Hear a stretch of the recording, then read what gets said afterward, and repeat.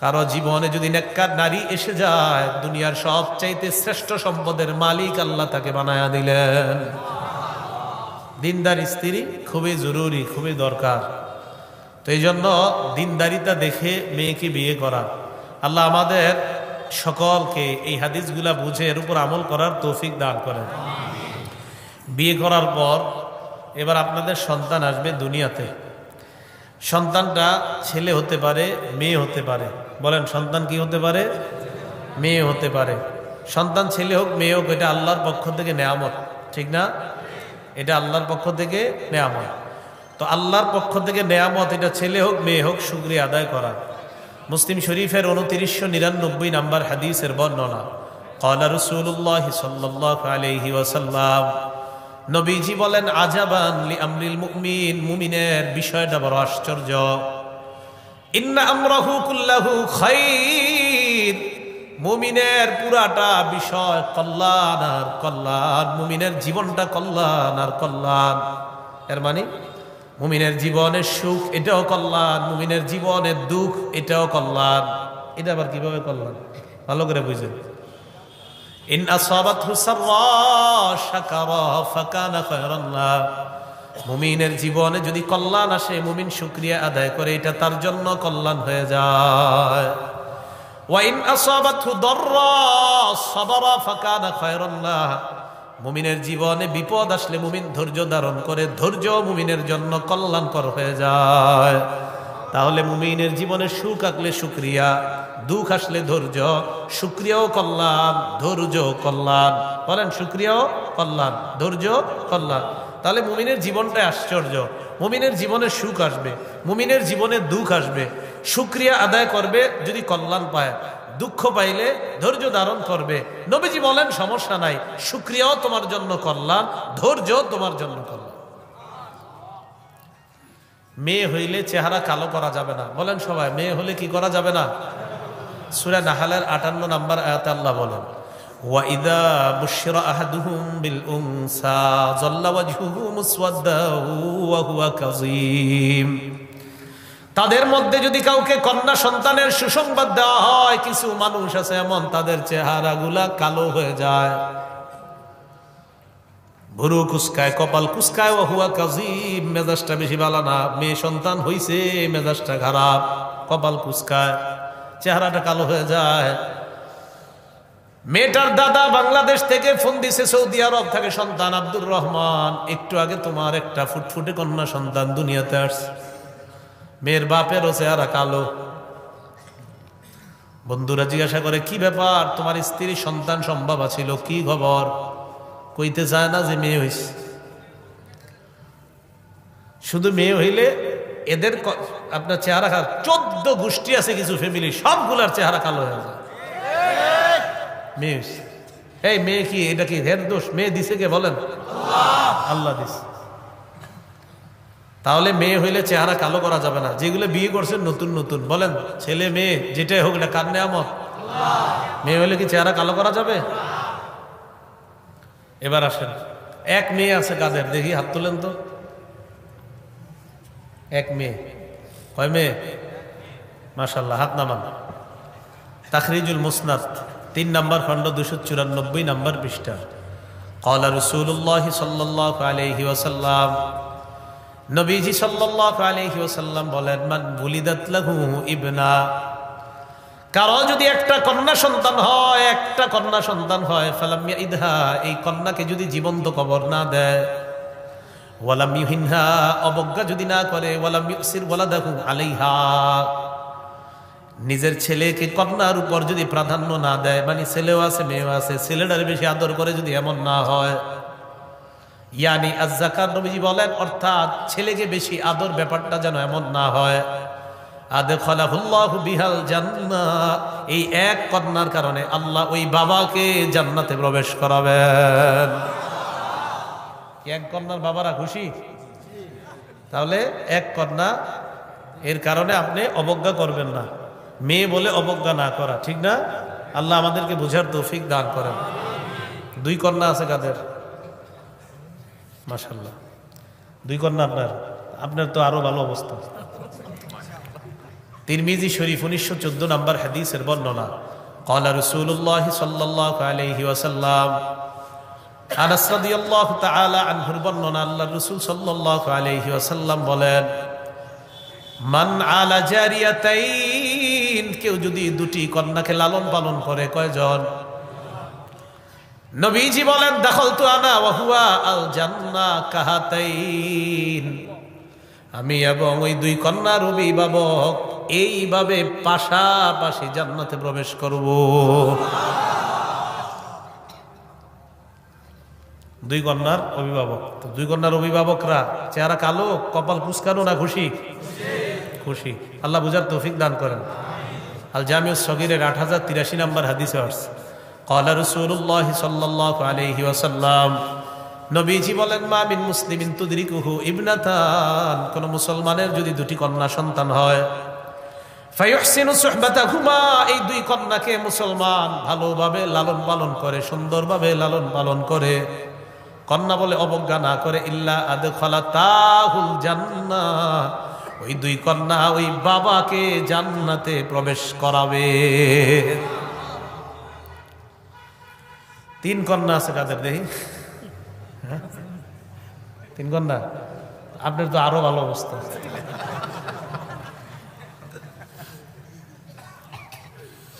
সিলসিলাতুস সহিহা এই কিতাবের 1027 নম্বর হাদিস, ক্বালা রাসূলুল্লাহ সাল্লাল্লাহু আলাইহি ওয়াসাল্লাম, নবীজি সাল্লাল্লাহু আলাইহি ওয়াসাল্লাম বলেন, মান কানা লাহু সালাসু বানাত, যার তিনজন কন্যা আছে, ফায়ুবিহিন্না, কন্যাদেরকে আশ্রয় দেয়, ওয়া ইয়ারহামুহুন্না, কন্যাদের প্রতি মায়া করে, ওয়া ইউবি ইলাইহিন্না ওয়া ইউহসিনু ইলাইহিন্না, কন্যাদের প্রতি সুন্দর আচরণ করে, বাবা তাদেরকে সান্ত্বনা দেয়, আমি আছি, তোমাদের কোনো টেনশন নাই, মায়া করে, সুন্দরভাবে লালন পালন করে, সুন্দর আখলাক প্রদর্শন করে, আমি বাবা আছি, তোমাদের কোনো টেনশন নাই, মেয়েদেরকে এরকম সুন্দরভাবে লালন পালন করে। নবীজি সাল্লাল্লাহু আলাইহি ওয়াসাল্লাম বলেন, ওয়াজাবাত লাহুল জান্নাহ আল বাত্তা, আল বাত্তা আলাদা বলছে, আল বাত্তা মানে অবধারিত, ওয়াজাবাত মানে ওয়াজিব। নবীজি বলেন, ওই বাবার জন্য অবধারিত ভাবে আল্লাহর জান্নাত ওয়াজিব হয়ে যায়। কি হয়ে যায়? ওয়াজিব হয়ে যায় আল্লাহর জান্নাত। তিন বোন আছে কাদের? হ্যাঁ, তিন বোন। হ্যাঁ, পাঁচজন, আরো ভালো। তিন বোন আপনাদের না? মাশাআল্লাহ। সহিহুল আদাবিল মুফরাদ ইমাম বুখারীর আরেকটা কিতাব, এই কিতাবের 59 নম্বর হাদিস, ক্বালা রাসূলুল্লাহ সাল্লাল্লাহু আলাইহি ওয়াসাল্লাম, নবীজি বলেন, লা ইয়াকুনু লি আহাদিন সালাসু বানাত আও সালাসু আখাওয়াত, কোন ব্যক্তির যদি তিনজন কন্যা থাকে অথবা তিনজন বোন থাকে, কারো যদি তিনজন বোন থাকে, প্রথমে বলছে তিন কন্যা, তিন কন্যার তো বর্ণনা শুনলাম, তে হাদিসে আমার মুখ্য উদ্দেশ্য হলো তিন বোন আছে যাদের, ফায়ুহসিনু ইলাইহিন্না, বোনদেরকে যদি ভাই সুন্দরভাবে লালন পালন করে, অনেক বাবা মারা যায়, ভাই ওই বোনগুলার জন্য বাবার মতো হয়ে যায়, ঠিক না? তেমন ভাবে তিন কন্যা, যারা তিন কন্যা আছে অথবা তিনজন বোন আছে, তাদেরকে সুন্দরভাবে লালন পালন করবে। নবী বলেন, ইল্লা দাখালাল জান্নাহ, ওই ভাই মরবে, জান্নাতে প্রবেশ করবে। এক সাহাবী দাঁড়ায় কয়, ওয়াসিনতাইনি ইয়া রাসূলুল্লাহ, হুজুর দুইজন থাকে, মনে হয় ওনার দুই বোন ছিল আর কি, হুজুর যদি দুইজন থাকে, নবীজি কয়, ওয়াসিনতাইন, দুই বোন থাকলেও এই পুরস্কার। তবে সবাই বলেন, তবে বোনদের হকটা দিতে হবে। বোনদের হক কি করতে হবে? দিতে হবে। সামান্য পরিমাণও সম্পত্তি মেরে খাওয়া যাবে না, সামান্য সম্পত্তি মেরে খাওয়া যাবে না, মাথায় রাখতে হবে। মুসলিম শরীফের 1610 নম্বর হাদিস, ক্বালা রাসূলুল্লাহ সাল্লাল্লাহু আলাইহি ওয়াসাল্লাম, নবীজি সাল্লাল্লাহু আলাইহি ওয়াসাল্লাম বলেন, মানি তাতা শিবরাম মিনাল আরদ যুলমা, কোন ব্যক্তি যদি কারো এক বিঘত পরিমাণ সম্পদ অন্যায়ভাবে দখল করে নেয়, কেউ যদি অন্য কারো সম্পদ এক বিঘত পরিমাণ সম্পদ অন্যায়ভাবে জোর দখল করে নেয়, জোর করে দখল করে নেয়, তাওয়াক্কাহুল্লাহু ইয়্যাহা ইয়াউমাল কিয়ামা মিন সাবঈ আরদিনা, কিয়ামতের ময়দানে তার গলায় আল্লাহ 7 স্তরের জমিন ঝুলাইয়া দিবে। সাবধান, জমিন ভোগ করা যাবে না। মুসলিম শরীফের 2581 নম্বর হাদিসের বর্ণনা। ক্বালা রাসূলুল্লাহ সাল্লাল্লাহু আলাইহি ওয়াসাল্লাম, সাহাবাদেরকে আল্লাহ নবী বললেন, আতাদরুনা মাল মুফলিস, ও সাহাবারা নিঃস্বকে জানোনি? সাহাবারা বললেন, আল মুফলিসু ফিনা মান লা দিরহাম লাহু ওয়ালা মাতা। ইয়া রাসূলুল্লাহ, আমাদের মধ্যে নিঃস্ব ওই ব্যক্তি যার সম্পদ নাই, সোনা দানা নাই, স্বর্ণ রূপা নাই, সে হলো আমাদের মধ্যে নিঃস্ব। নবীজি বললেন, ইন্নাল মুফলিসা মিন উম্মতি ইয়াতি ইয়াউমাল কিয়ামাতি বিসসালাত ওয়া সিয়ামিন ওয়া যাকাত। আমার উম্মতের মধ্যে নিঃস্ব ওই ব্যক্তি যেই ব্যক্তি কিয়ামতের ময়দানে সালাত, সিয়াম আর যাকাত, নামাজ নিয়ে, রোজা নিয়ে, যাকাত নিয়ে উপস্থিত হবে। নামাজ, রোজা, যাকাত নিয়ে আসবে। তো সাহাবারা অবাক, এই ব্যক্তি আবার নিঃস্ব হয়ে কিভাবে নামাজ নিয়ে, রোজা নিয়ে, যাকাত নিয়ে গেলেন? নবীজি বলেন, ইয়াতি ওয়া ক্বাদ শাতামা হাযা, এই ব্যক্তি নামাজ আর রোজা আর যাকাত নিয়ে আসবে, তবে লোকটা আরেকজনকে গালি দিয়েছে। ওয়া কাযাফা হাযা, এই ব্যক্তি দুনিয়াতে আরেকজনকে পাথর ছুঁড়ে মেরেছে, ঢিল ছুঁড়ে মেরেছে। ওয়া আকালা মালা হাযা, আরেকজনের সম্পদ অন্যায়ভাবে পেটে ঢুকাইছে আর প্রত্যেক বছর হজে গেছে। হজে গেছে, এটা নাই হাদিস, এটা আমি বললাম। মনে করেন একজন আরেকজনের সম্পত্তি মারে আর প্রত্যেক রমজানে উমরা যায়, রমজানে উমরা করলে ফজিলত। উমরাতুন ফি রমাদান কাহাজ্জাতিন মাই, রমজানে উমরা করা মানে নবীজির সাথে হজ করার সওয়াব। সুবহানাল্লাহ। তো এই জন্য হজরতে উমরাও করে, হজও করে, কিন্তু সম্পদ আরেকজনের না মারে। আকালা মালা হাজা, না উমরা করা তো দূষণীয় না, কিন্তু আরেকজনের সম্পদ মারাটা তো দূষণীয়। আকালা মালা হাজা, আরেকজনের সম্পদ পেটে ঢুকায়। ওয়া সাফাকা দামা হাজা, আরেকজনের রক্তপাত ঘটায়, রক্ত প্রবাহিত করে। কিয়ামতের ময়দানে মাজলুমরা আসবে জালেমের কাছ থেকে বিচার নেওয়ার জন্য। কি বললাম? জালেমের কাছ থেকে কি নিতে আসবে? বলেন না একবার। বিচার চাবে, বিচার চাবে আল্লাহর কাছে। আল্লাহ, জালেম আমাদের উপর জুলুম করছে, বিচার চাই। খুব সাবধান, একটা চড়ুই পাখিরও যদি জুলুম করেন, এটাও আল্লাহর কাছে বিচার দিবে।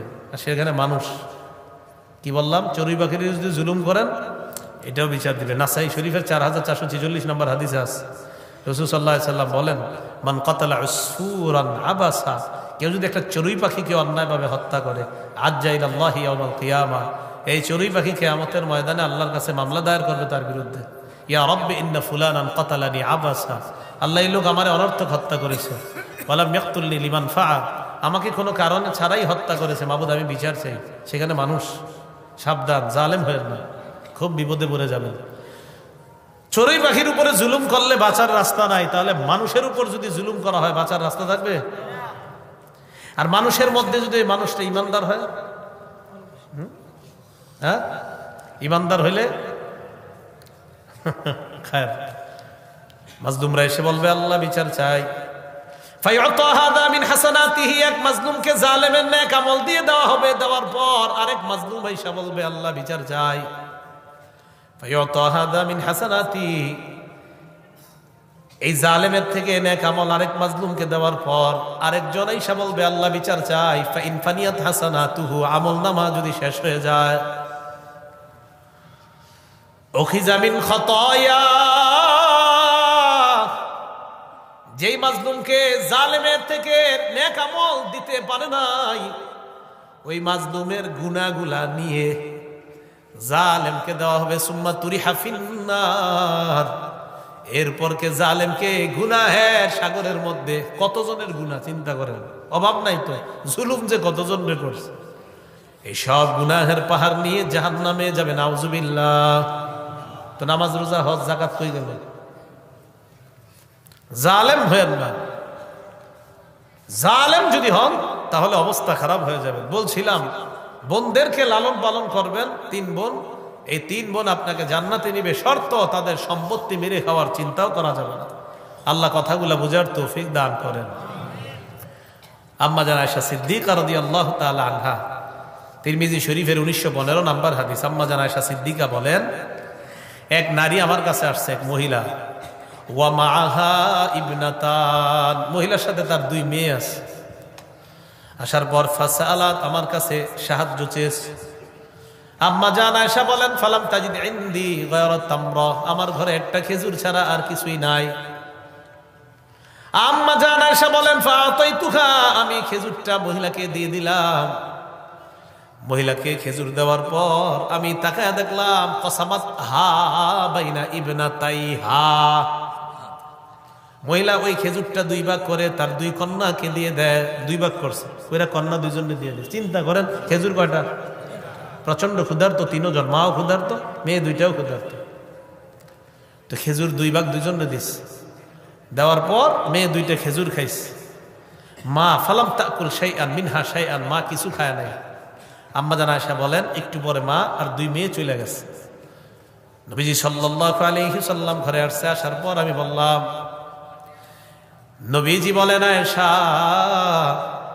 মানিবতুলিয়া বিন হাদিহিল বানাত, দুনিয়ার কোন মানুষকে যদি এই কন্যা দ্বারা পরীক্ষা করা হয়, কন্যা পরীক্ষা হয়ে যায়, মাঝে মাঝে একটা মেয়ের বাবা কতটা পেরেশানির মধ্যে থাকে 20 বছর হওয়ার পর যখন বিয়ে না হয়, ঠিক না, কত পেরেশান।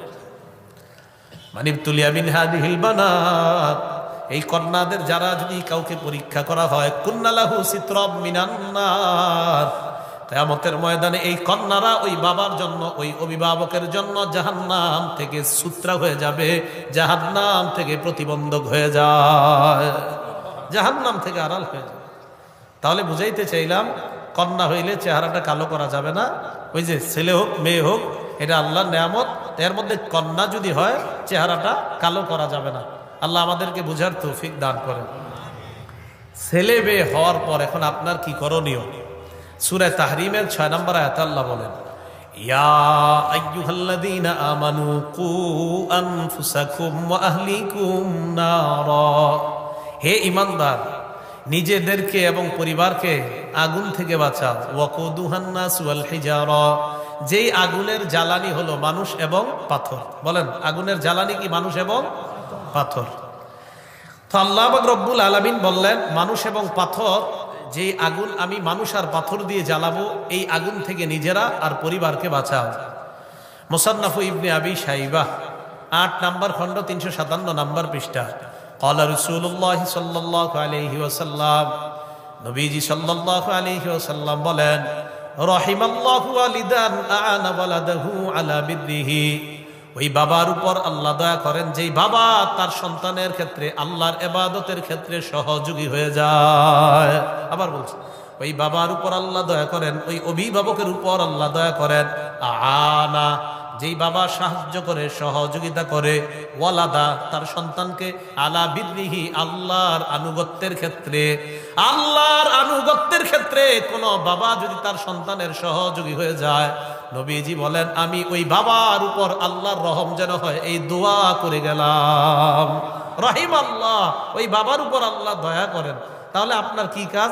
সন্তান দুনিয়াতে এসে একটু একটু আস্তে আস্তে যখন বড় হবে, এই সন্তানকে আল্লাহর আনুগত্য শিখানো।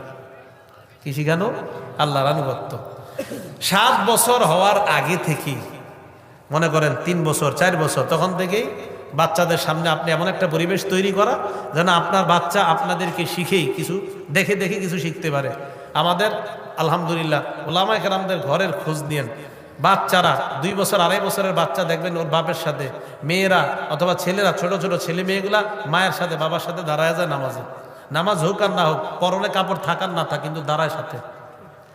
হ্যাঁ, ছেলেগুলা দেখবেন টুপি, কোনো মতে যদি টুপি পরা শিখে, মাথায় টুপি দিব, প্যান্ট পরুক আর না পরুক, টুপি একটা দিয়ে খাড়ায় যায় পাশে গিয়ে। এটা কি? এটা হলো আপনার পরিবেশের প্রভাব, পরিবেশের প্রভাব। এখন আপনার ঘরে 24 ঘন্টা চলে টেলিভিশন, তো প্রভাবটা হবে কি? ভাই কথাগুলো বুঝে আসছে? সহিহ বুখারীর 893 নম্বর হাদিসের বর্ণনা এবং 6138 নম্বর 7138 নম্বর হাদিসও আছে। দুটোটা হাদিস একই রকম, বাকি শব্দ একটু ভিন্নতা আছে। ক্বালা রাসূলুল্লাহ সাল্লাল্লাহু আলাইহি ওয়াসাল্লাম, নবীজি সাল্লাল্লাহু আলাইহি ওয়াসাল্লাম বলেন, কুল্লুকুম রাঈন ওয়া কুল্লুকুম মাসউলুন আন রাইয়াতিহি, তোমরা সবাই দায়িত্বশীল, তোমাদেরকে তার দায়িত্বের ব্যাপারে জিজ্ঞাসা করা হবে। আল ইমামু রাঈন ওয়া মাসউলুন আন রাইয়াতিহি, ইমাম দায়িত্বশীল মানে শাসক দায়িত্বশীল, তাকে তার প্রজাদের ব্যাপারে জিজ্ঞাসা করা হবে। ওয়ার রাজুলু রাঈন ফি আহলি বাইতিহি, বাবা যারা আছেন তারা শুনেন, পুরুষ যারা আছেন তারা শুনেন, প্রত্যেকটা পুরুষ সদস্য রাঈন ফি আহলি বাইতিহি, পরিবারের দায়িত্বশীল, ওয়া মাসউলুন আন রাইয়াতিহি, যারা ঘরের দায়িত্বশীল আছেন, আপনাকে আপনার বিবি, আপনার ছেলে মেয়ে, আপনার পরিবারের ব্যাপারে আল্লাহর কাছে আপনাকে জিজ্ঞাসিত হতে হবে। আল্লাহ আপনাকে জিজ্ঞাসা করবে আপনার বিবির ব্যাপারে, আপনার ছেলের ব্যাপারে, আপনার মেয়ের ব্যাপারে আল্লাহ আপনাকে জিজ্ঞাসা করবে। ভাইও, আপনার ছেলে মেয়েগুলাকে আপনি টেলিভিশন কিনে দিয়েন না, আপনার ছেলে মেয়েকে আপনি গুনাহের কিছু কিনে দিয়েন না। কয়জনের গুনাহের ভার আপনি মাথায় নিতে চান? একাকি গুনাহ করলে তো আল্লাহ আপনাকে মাফ করে দিবে, কিন্তু আপনি যে গুনাহের দরজা খুলে দিয়েছেন, এই দরজা যে খুলে দিলেন, কয়জনের গুনাহের ভার না মাথায় নেবেন বলেন? ছেলে দেখতেছে, মেয়ে দেখতেছে। শুধু কি তাই? পেটে সন্তান আসছে একজন মেয়ের, মহিলার মানে স্ত্রীর, এই সন্তান পেটে নিয়ে সারাক্ষণ টেলিভিশন দেখতেছে। তো এই সন্তান কি হবে? এটাই তো বড় হইলে আপনার নাস্তিক হয়। ছোটবেলা থেকে কি শিখাইতেছেন? আল্লাহ হেফাজত করেন। এরপরে কি বলে দেখেন, ওয়াল মারআতু রাইয়াতুন ফি বাইতি যাওজিহা, আরেক জায়গা আছে ওয়াল মারআতু রাইয়াতুন আলা আহলি বাইতিহা অথবা আলা আহলি বাইতি যাওজিহা, এরপরে আছে ওয়া ওয়ালাদিহি, এই জায়গাটা শুনেন, ওয়া ওয়ালাদিহি, স্ত্রী যারা আছেন, মহিলা যারা আছেন, তাদেরকে আপনার স্বামীর পরিবারের ব্যাপারে নবীজি বুখারীর বর্ণনায় বলছে ওয়া ওয়ালাদিহি আলাদা আনছে, এবং সন্তানদের ব্যাপারে একজন স্ত্রী দায়িত্বশীল। আবার বলছে, নবীজি বলেন স্ত্রী কোন পরিবারের পুরাটা পরিবারের ব্যাপারে, এরপরে নবী আলাদা ওয়া ওয়ালাদিহি বলছে। সহিহ বুখারী 7138 নম্বর হাদিসে ওয়ালাদি শব্দটা আনছে আলাদা, ওয়া ওয়ালাদিহি, স্বামীর সন্তানদের ব্যাপারে স্ত্রী দায়িত্বশীল। ওয়াহিয়া মাসউলাতুন আনহুম, এই সন্তানের ব্যাপারে স্ত্রীকে জিজ্ঞাসা করা হবে। এখন বলেন 2 বছর বয়সে যদি আপনি ছেলের কার্টুন দেখান আর খাবার খাওয়ান, জিজ্ঞাসিত হতে হবে কিনা?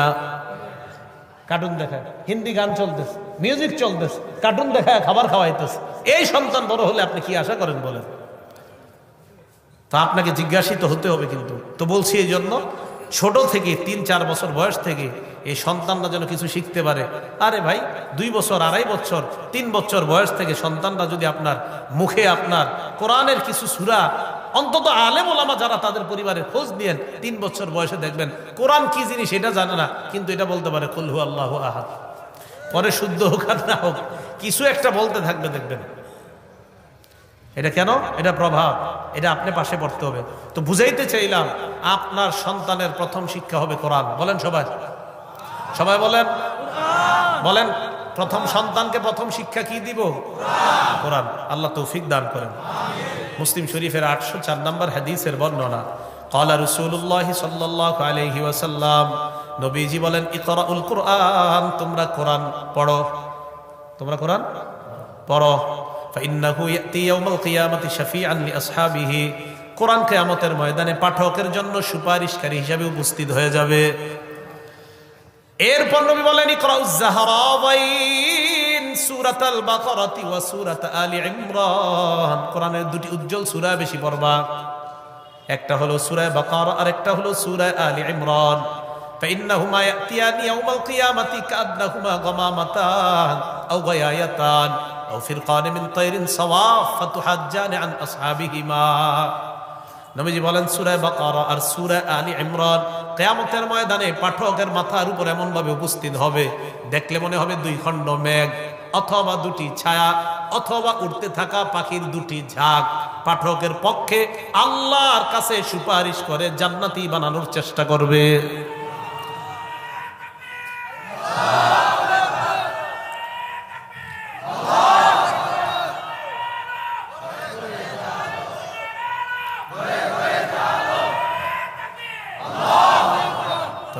সন্তানকে প্রথম শিক্ষা কি দিবেন?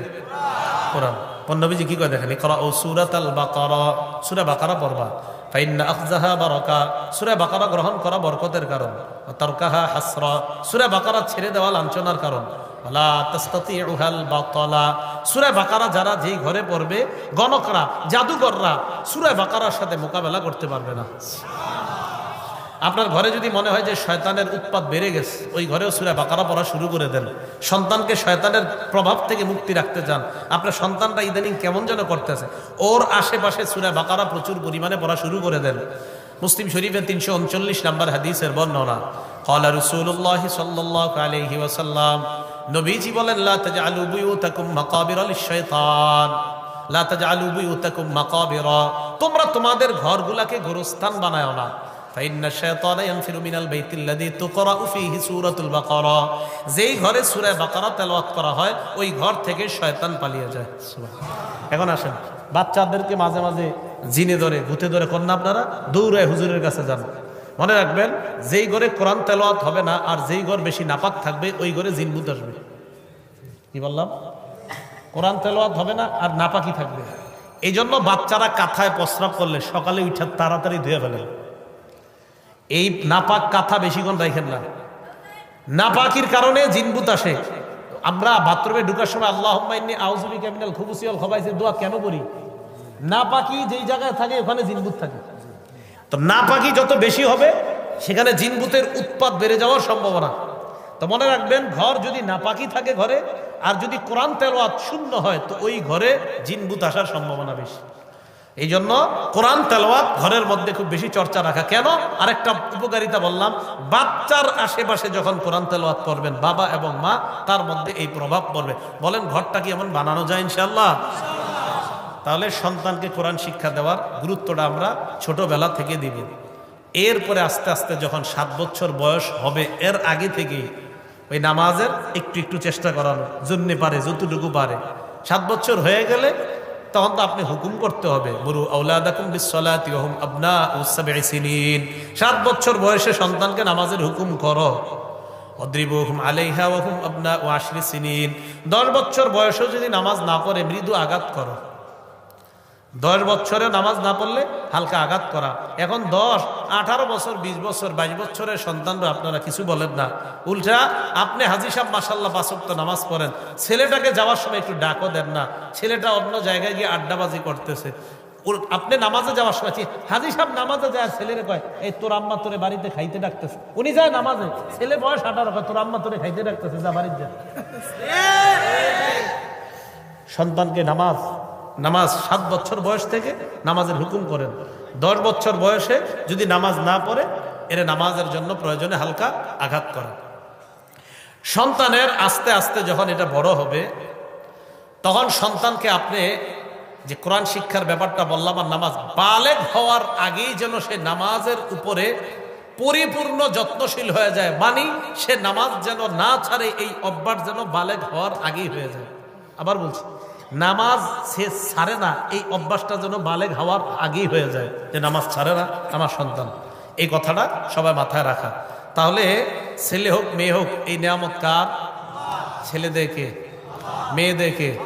কন্যা হলে চেহারা কালো করা যাবে? 1 কন্যার কারণে কোথায় যাবে? 2 কন্যা, 3 কন্যা, 3 বোন। আল্লাহ আমাদের সকলকে যতটুকু কথা শুনলাম বললাম, আমরা যেন নিজেদেরকে এবং নিজেদের আহাল পরিবারকে জাহান্নাম থেকে বাঁচাইতে পারি, আল্লাহ তৌফিক দান করেন। আমিন। ওয়া আখিরু দাওয়ানা, আখিরি মুনাজাত হবে, আমরা কেউ উঠবো না, মুনাজাত করে আমরা যাব। যে কথাগুলো শুনলাম বললাম, সকলকে আমল করার তৌফিক দান করেন আল্লাহ। আমি সহ আমাদের সকলের পরিবারগুলোকে গুনাহমুক্ত পরিবার বানানোর তৌফিক দান করেন। আর একটা আবদার আপনাদের কাছে, যদি পারেন টেলিভিশনটা ঘর থেকে সরাইয়া দেন, যদি পারেন। মানে আপনার কাছে আমি কি আবদার করতেছি, বলতে তো পারি না ভেঙে ফেলেন, বলা উচিত যে ভেঙে ফেলেন। কইবেন হ্যাঁ হুজুর ভেঙে ফেলতে গেছি, এটা নিয়ে আবার আগামীকাল কি আন্দোলন করেন আল্লাহ জানে।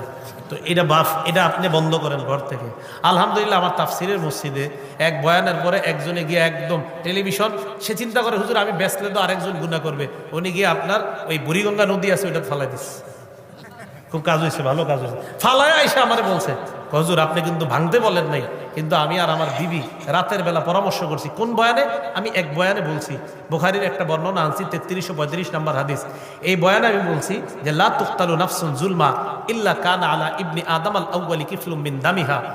যাকে দুনিয়াতে অন্যায়ভাবে হত্যা করা হয়, এই হত্যাকাণ্ডের একটা অংশ আদম সন্তানের, আদম নবীর প্রথম সন্তান কাবিলের কবরে যায়। লিআন্নাহু আউয়ালু মান সান্নাল কতলা, কারণ কাবিল সর্বপ্রথম হত্যার প্রচলন দুনিয়াতে ঘটিয়েছে।